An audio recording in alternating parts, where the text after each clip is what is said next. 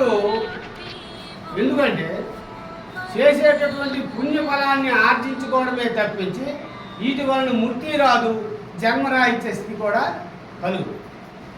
మనం ఇక్కడ బాగా విచారణ చేయాలి. ఎందుకంటే మనం బ్యాంకులో 10,000 వేసామంటే 10,000, 20,000 వస్తుంది.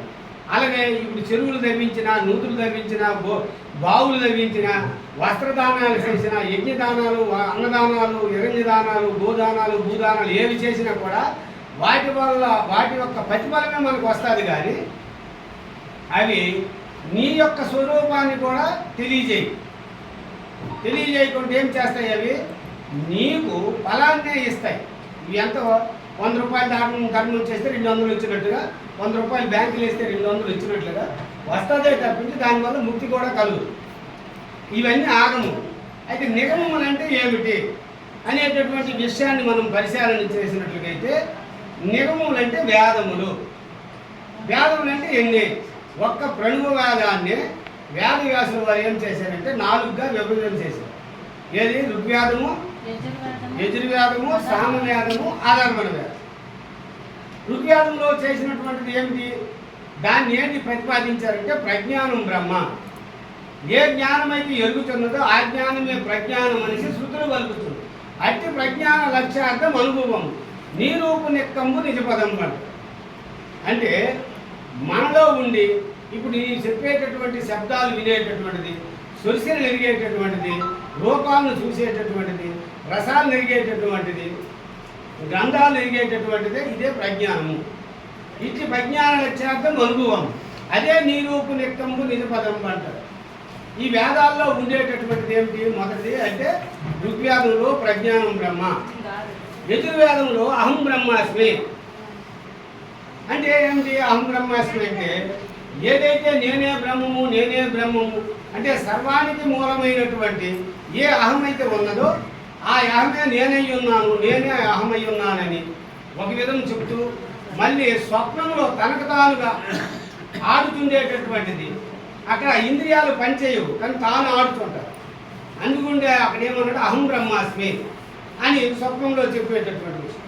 ఆ తర్వాత సుషుప్తిలోకి ఈ జాగ్రత్తలో ఉండేటటువంటి ఎరిగే జ్ఞానము, తొంపదము అంటే అలాగే అహం బ్రహ్మాస్మి అనేటటువంటి స్వప్నావస్థలో ఆడే బ్రహ్మము, ఈ రెండు కూడా సుషుప్తిలో లీనమవుతుంది. కాబట్టి ఈ తత్పదం అనేటటువంటి దీనిలో ఈ తొంపదం రెండు లీనమవుతు వలన ఇది అసిపదం అని, ఇది ఉపదేశ వాక్యం అని మన పెద్దల యొక్క నిర్ణయం.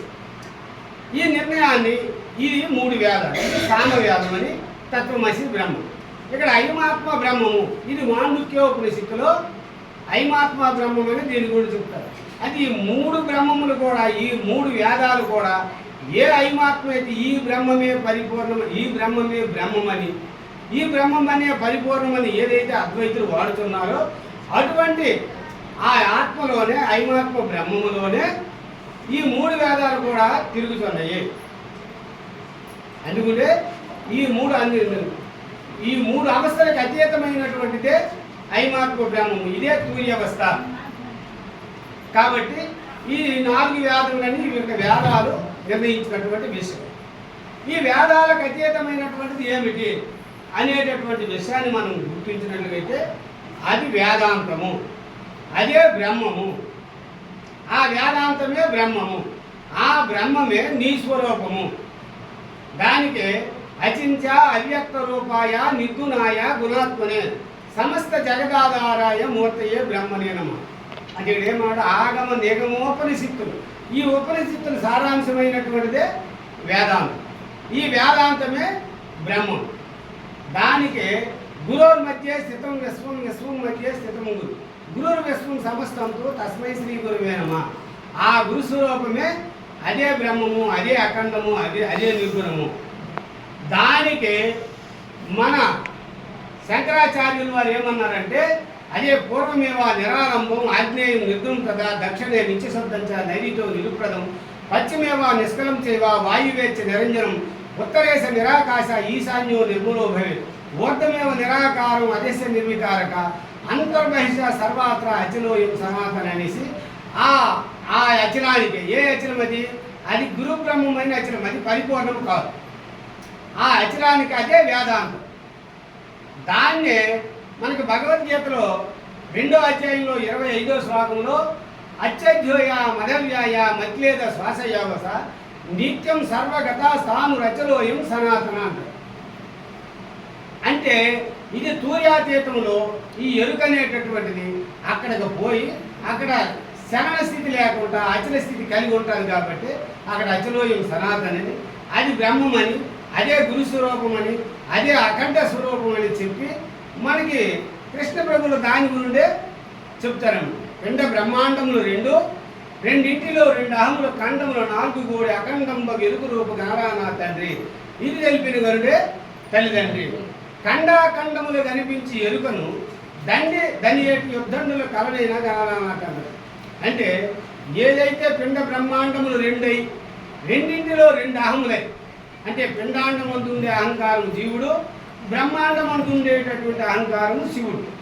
ఈ జీవ శివులకు అతీతమై అఖండ ఎరుకు రూపు గణరానా తండ్రి,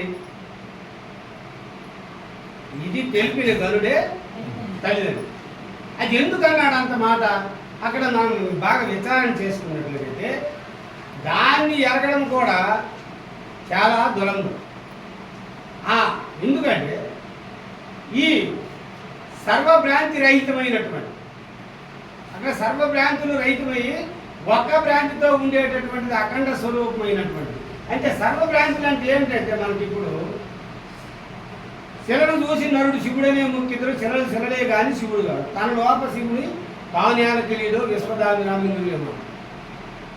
అంటే మనం ఇప్పుడు దేవాలయాలు భ్రాంతి, పూజల భ్రాంతి, ఇవన్నీ భ్రాంతులు పోయిన తర్వాత అతీతమైనటువంటి అఖండ స్వరూపాన్ని ఎవరైతే ఎరుగుతారో అట్లాంటి వారే అదే ఆత్మ సాక్షాత్కారము, అదే ఆత్మ దర్శనము, నీ యొక్క స్వస్వరూప దర్శనము, నీ యొక్క స్వస్వరూప